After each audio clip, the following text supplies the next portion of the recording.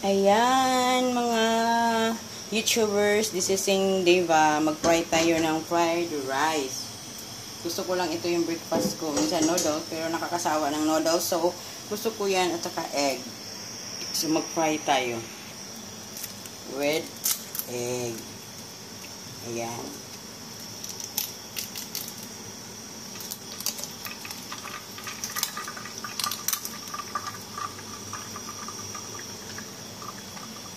So, i-fry natin siya. Lagyan natin ng siyempre, lagyan natin ng asin. Asin, kaya lagyan natin ng salt. Yan, nilagay ko na ang rice.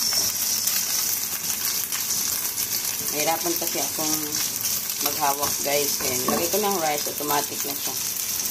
So, gusto ko siyang lagyan siya ng konting right. Lagyan ko siya ng konting soy sauce.